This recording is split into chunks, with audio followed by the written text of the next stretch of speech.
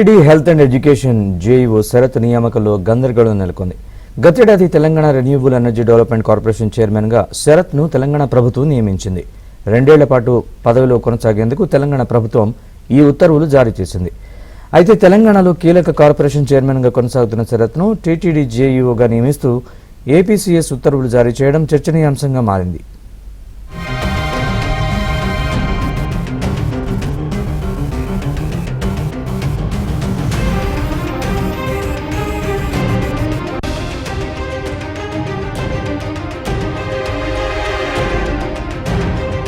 TTD health and education JEO Sarath నియామకంలో గందరగోళం నెలకొంది. గతేడాది Telangana renewable energy development corporation చైర్మన్గా శరత్ను తెలంగాణ ప్రభుత్వం నియమించింది. 2 ఏళ్ల పాటు పదవిలో కొనసాగేందుకు తెలంగాణ ప్రభుత్వం ఈ ఉత్తర్వులు జారీ చేసింది. అయితే తెలంగాణలో కీలక కార్పొరేషన్ చైర్మన్గా కొనసాగుతున్న శరత్ను టీటీడీ జేఈఓగా నియమిస్తూ ఏపీసీఎస్ ఉత్తర్వులు జారీ చేయడం చర్చనీయాంశంగా మారింది.